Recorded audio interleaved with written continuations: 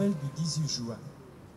Le 18 juin 1940, alors que la France était envahie par les troupes allemandes et que le maréchal Pétain s'apprête à signer l'armistice, un général français appelle à poursuivre le combat. Sur les ondes de la BBC, Charles de Gaulle prononce un appel qui marquera la naissance de la résistance à l'Allemagne nazie. Texte de l'appel. Les chefs qui, depuis de nombreuses années, sont à la tête des armées françaises, ont formé un gouvernement.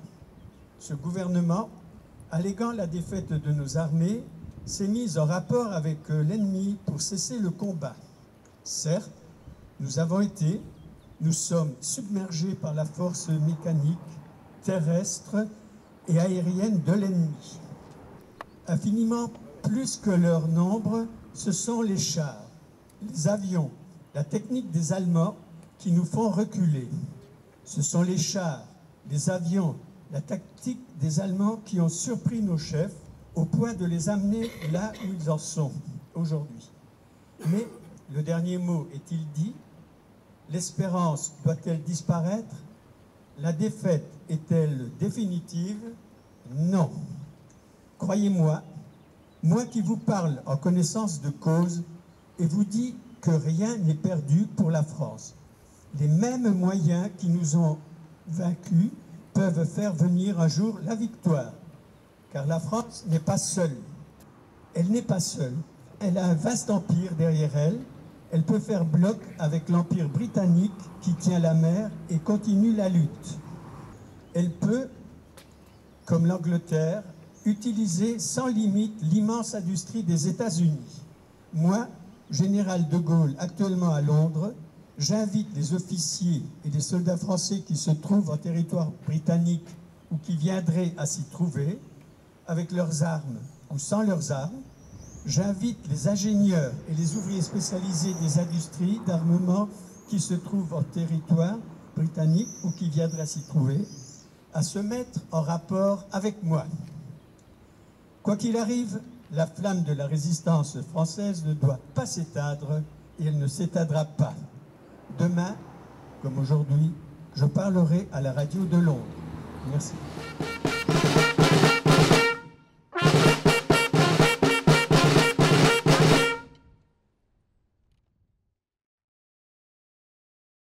Il me revient l'honneur de porter le message de la secrétaire d'État auprès du ministre des Armées chargé des anciens combattants et de la mémoire, Patricia Miralles. En cette journée nationale commémorative de la paix historique du général de Gaulle à refuser la défaite et à poursuivre le combat. Londres, le 18 juin 1940. Londres, capitale de l'Angleterre, est déjà un peu d'une France combattante. Depuis que la veille, elle a accueilli un général qui ne peut se résoudre à voir son pays capituler devant l'ennemi. Il a 49 ans et il s'appelle Charles de Gaulle. Naufragé de la défaite, sans troupes, sans moyens, sans guerre de crédit encore. Mais c'est lorsqu'il est seul et démuni de tout ce qui se révèle l'essentiel, sur lequel tout l'avenir sera bâti, une foi invincible dans le destin de la France. Une confiance inébranlable dans la victoire des Alliés et dans les Français qui, ils le savaient au plus profond d'eux-mêmes, n'accepteraient pas la soumission. Londres, le 18 juin 1940, 18h, au siège de la BBC, au milieu de la débâcle, au cœur du plus atroce effondrement de notre histoire, une voix s'élève. Une autorité forgée dans l'Apocalypse. Un Français parle aux Français. Un discours ciselé, 400 mots à peine, quelques brèves minutes qui permettent de poser les bases d'un relèvement et d'exorciser la compromission. Ce jour-là, le général de Gaulle fait entendre l'expression d'un refus, un simple non, 3 lettres d'une telle vitalité que la défaite n'avait pas réussi à entamer. Non, la France n'est pas seule. Non, la guerre n'est pas terminée. Non, il n'y a aucune raison ni de cœur ni d'esprit d'accepter l'armistice infamant. Ce soir-là, avec cette allocution que si peu ont entendue, mais que tant répéteront, le général a fait jaillir une étincelle qui a allumé un feu que certains pensaient de paille et qui n'a cessé de grandir.